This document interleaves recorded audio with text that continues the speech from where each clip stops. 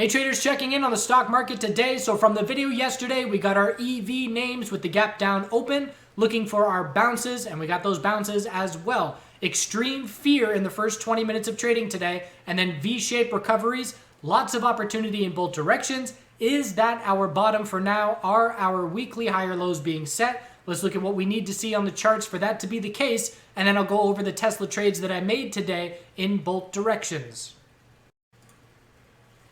So I was more focused on QQQ than on SPY today, as that's where the volatility was.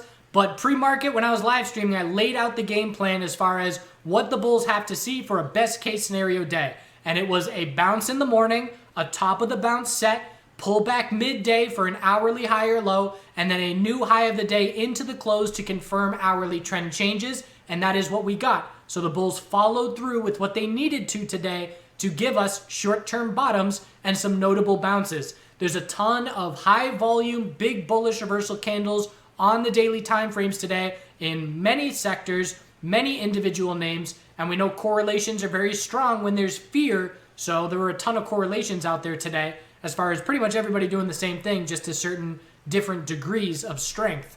So SPY, is this our weekly higher low being set? Maybe. We're holding EMA 12. What do I need to see? Well, anything under 392.38 is just a daily lower high. So wherever this bounce tops out, ideally all bulls want to see green tomorrow, obviously, but to create as much space as possible so that when we top out, we can form a daily higher low compared to the low of the dump, and then confirm a daily trend change to have us looking back at the all-time high. And again, that is the case for the vast majority of individual names and sectors that we're going to be looking at. So take any EV name, NIO, huge buying of the dip, but we are just looking for a daily lower high to be the result of this bounce. Whether it's tomorrow or Friday, we're scouting that lower high. When we lose the hourly uptrend, our daily lower high is likely set. We then have to pull back and hold the low of today. So that's the premise for a significant number of names over the next few days. That's what we're watching for. IWM, weekly chart is certainly still healthy. Anything under 226.39 is a daily lower high. And again, significant enough bounce that we will be watching, ideally with some more follow through, but we will be watching for the trend change attempt for the bulls to regain complete control in their favor. QQQ, weekly EMA 12 trying to hold. Hourly trend change today with the higher low and higher high. A little bit of a fake out. We'll zoom in on that in a second. But need follow through tomorrow. Again, the more space, the better. We're talking probabilities, as always. If we don't break the high of today tomorrow, then the probability of changing the daily trend is a lot lower than if we see a green day tomorrow and create more space for the higher low and higher high to form into the end of this week or into the start of next week. We had a very clear bounce on QQQ after 20 minutes of bear dump. All bears to start the morning. V-shaped recovery, little higher low, and then we broke the high of the day. We then knew we were just looking for an hourly lower high to be the result of that bounce. So we ended up pulling back fairly notably and kept pulling back, and it was like I was on the verge of giving up on the bulls, and then I did get faked out. And I didn't lose any money because I didn't get faked out in a position, but I got faked out in my observation of just this significant bounce and saying, okay, that needs to be our hourly higher low. If we're going to have a chance to change this hourly trend into the end of the day, we need to confirm a 5-minute trend change now to be sure that that's our hourly higher low. And then we dropped straight to a lower low here, and it was definitely a fake out. Look at the 1-minute time frame and what the bears were doing on that drop. It was just a complete waterfall with complete bear control, bear volume. We double bottomed, and that was our hourly higher low.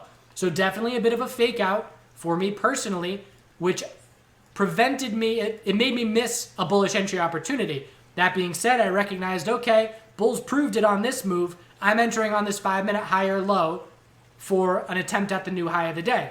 And then obviously we got it. And so now I'm swinging a position. I believe my entry was 317.60. I sold half in the low 318s, and I'm swinging that half position into tomorrow to see if we can get some daily bounce follow through. It certainly felt like a flush, and I compared it to, when you get a fever and you sweat out your fever.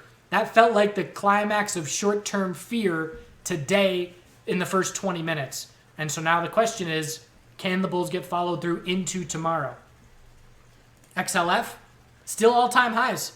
And that's a good sign for the broader market bulls. Again, if we're not going inverse, if we are not seeing the XLF consolidation start on the QQQ bounce, we know that the S&P 500 bulls have best case scenario. And there's plenty of space for XLF to maintain the daily uptrend next time we pull back 3177. XLV bounced a bit today, not significant in any way. We're just looking at anything under 117.54 as a daily lower high. But honestly, I'm not seeing XLV really have any impact on the market as we're seeing this $5 range and pretty much staying within a $5 range for the last month or so. So no major impact. Still keeping an eye on it because the holdings are significant in SPY, but it's QQQ and XLF that's running the show here. Biotech sector, significant bounce, hourly trend changed, and a little bit of an odd hourly setup. I would say the hourly trend has not changed yet. We didn't bounce significantly enough this morning to set an hourly lower high. So we have hourly higher lows going. Bulls need to break the high of today tomorrow for that bounce to follow through. And again, we're just looking for a daily lower high, anything under 161.50, and it's up to the bulls to change the daily trend to prove follow through to us. The bulls had to prove it today with an hourly trend change. They did it. Now they have to prove it on the daily. SMH weekly uptrend remains intact. NVDA earnings are tomorrow. Hourly trend change into the end of the day, but anything under 255.81 is just a daily lower high. You get the idea. We have to top out on this bounce and confirm daily trend changes to be looking for follow through. TAN and the solar sector bouncing. So again, QQQ marking the bottom for solar, for EV names, as we have our groupings, and those names that were in that grouping are bouncing with QQQ. Hourly trend change on TAN into the end of the day. Not very convincing yet, but bulls need follow through tomorrow. Just looking for a daily lower high. And this is where traders who don't understand technical analysis get jerked around, where they were looking bearish this morning, and then we get the bounce, and then once they finally start looking bullish, it's going to be time to be looking for a daily lower high. And then we have to confirm the daily trend change. MSOS, I had a great entry today. Wasn't planning on an entry, but 20 minutes into the day and I'm looking around and I'm seeing negative 10%, 15%, just absolute maximum fear. I said, fine, I got to start scaling into more MSOS. So at this point, I made an entry at 51 on this initial consolidation. I got a great fill today at 46.50s, right near the bottom. Beautiful close, beautiful volume.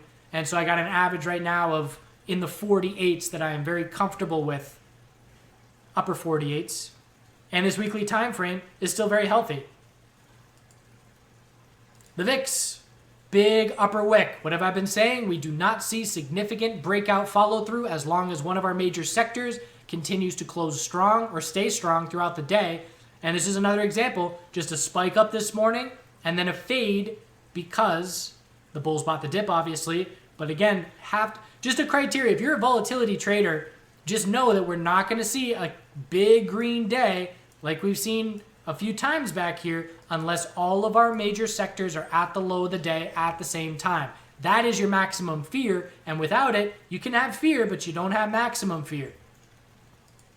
The dollar, not really doing anything. Still watching to see if it can change the weekly trend. We are in a weekly downtrend, but nothing going on the past few days to have any impact. Gold is still in our 12-hour falling wedge pattern that we've been watching the last 4 days. And we're rejecting from resistance right now. So we're either going to 12-hour bull flag overnight into tomorrow and break bullish from this pattern, or we are going to get more bear follow through and see a 12-hour equilibrium shape up. Obviously bulls, myself being a bull as well, want to see that bull flag. Silver gave back a lot of that move from yesterday, but it is also looking for a 12-hour higher low. Hourly time frame, tightening equilibrium, needs to break bullish to be looking for a 12-hour higher low to try and be set. Miners pulling back today. Pretty big pullback. Big bull move yesterday, big pullback today. Little hourly sideways range into the close. have to see the metals, have to see gold break that falling wedge bullish. And we'll see if the bulls in the miners, it's the same kind of pattern. It's not as clear, but you can definitely draw that same kind of falling wedge-like pattern that we have on the gold chart. Oil, new high. Bulls in complete control. 4-hour higher low set here at 60.67. Daily higher low set at 58.60. Daily uptrend's going to be our guide. And as long as the uptrend remains intact, it's business as usual. Energy sector has been strong. Bulls bought the dip today, closed up near the high. As long as oil stays strong, these energy names are staying strong as well. And nat gas, hourly falling wedge watch. Still looking for the daily higher low. No sign of it, but still space for it to form. And we're looking for this hourly falling wedge to potentially break bullish into tomorrow to try and set this daily higher low. Tesla trade review. I fumbled Tesla this morning. Didn't really fumble it, but didn't get an ideal entry. So we're going to go to the 2-minute time frame. I was live streaming for all this, and I know I'm just a guy on YouTube. Those of you that have been watching me for 3, 4, 5 years, you know that what I say happened. But for those of you that are newer to watching me, just a guy on YouTube talking in hindsight. But just know that any trade that I talk about in any of these public videos, I was either talking about live streaming to hundreds of people, or I posted it as it was happening in the chat room to hundreds of people. I make trades sometimes that I don't post or talk about, but I never talk about those in these videos because there's no accountability. And there's a reason that nobody ever accuses us of making stuff up, and that's why. So Tesla, I bought the open right away. The low of pre-market was 650. So I played off of 650. I saw 660 break right when the bell rang. I saw us get down to 658, 657, and then we started going back up. I said, all right, good enough for me. I'm in. Took a while to fill. It was very slow this morning with all that volume. Got filled at 664, exited half at 674. Just my standard lock in half, stay in control of the trade. I then put my stop under 640 to give wiggle room under the low of pre-market. My break even was 654, but on a half position, to put my stop at 640, I was risking maybe 65% day loser by getting stopped out at 640. So I got stopped out at 640. And then we dropped down another 3% plus. So I was pleased with that, but I didn't enter into weakness at that point. I said, all right, I'm waiting for the bulls to prove it. Give me a big bounce that's big enough for me to scout a higher low. I'll make an entry off the higher low, and I'll put my stop under the low of the day. And we just V-shaped. It didn't give me a chance to get in. So I was just sitting there, definitely feeling a little bit of FOMO, but realizing that's the way it's going to be. And, you know, if I miss my home run opportunity, that's fine. I would rather miss the opportunity and leave money on the table than give money back. Again, that's my basis for operating as a trader these days. And so I patiently waited, and I entered on a higher low. And I forget where it was. So I patiently waited and was watching the 5-minute time frame and said, all right, I'm going to have to enter on a 5-minute higher low. And I did enter on this 5-minute bull flag.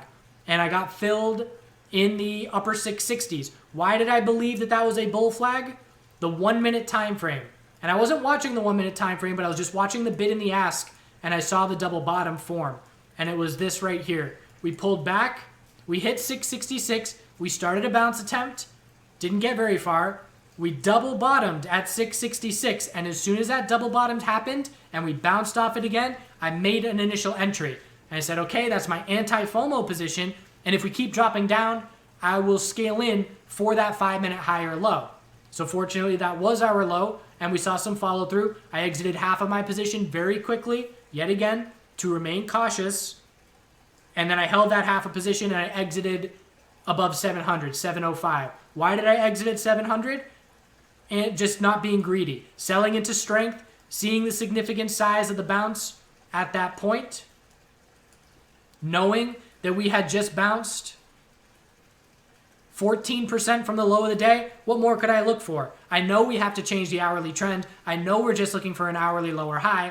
So again, I will happily scale out into strength, which I did. So that was a nice little win, and it made up for my little loss. Not a home run. You know, if I traded that morning well, it would be a home run and a multiple week maker kind of trade. But I didn't get that. And rather than pouting or getting down on myself or FOMOing or anything, just stuck to the usual game plan. I treated it like any other day. It was an unusual day because there was more opportunity, absolutely. But as soon as I missed that morning opportunity, from there it just became a normal day for me.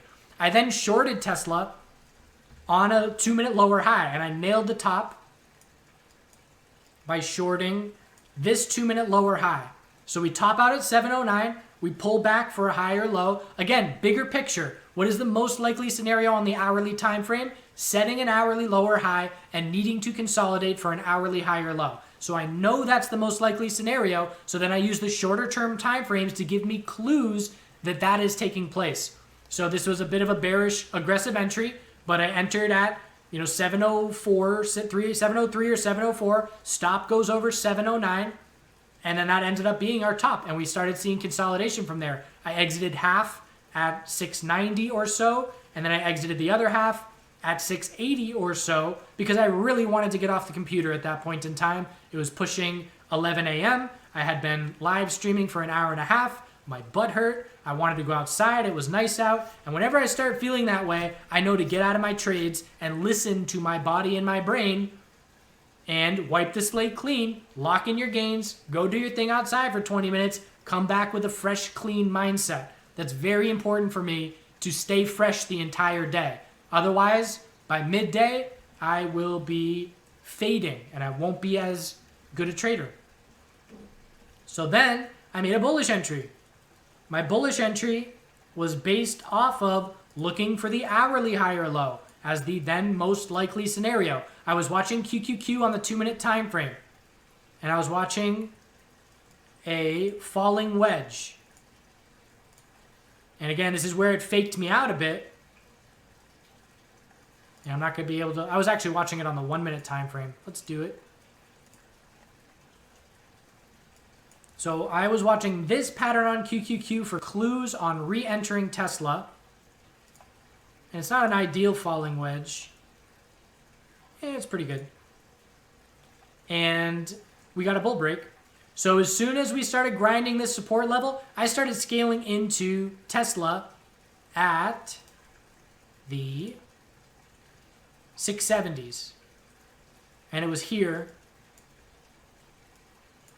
So I entered I think 5 orders. I entered one in the 674s, one in the 673s, 672s, 671s, and 670s flat. I didn't do that intentionally. I was just sitting there and staring at the 1-minute time frame, getting these little bounces, and I was very comfortable making these entries.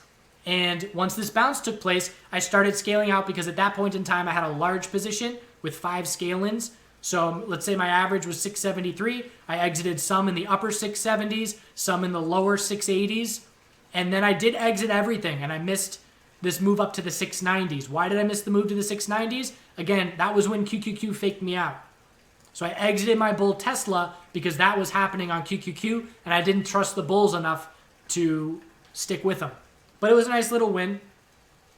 So that was my 3 trades on Tesla. Initially bullish, late, but still a nice win. Bearish, and then another small little bull win. It wasn't, extremely notable, but those added up to maybe a 3 to 4 day maker. Then I had that QQQ trade. I had the MSOS entry. So in the end, it ended up being about a 6-day maker, really good day.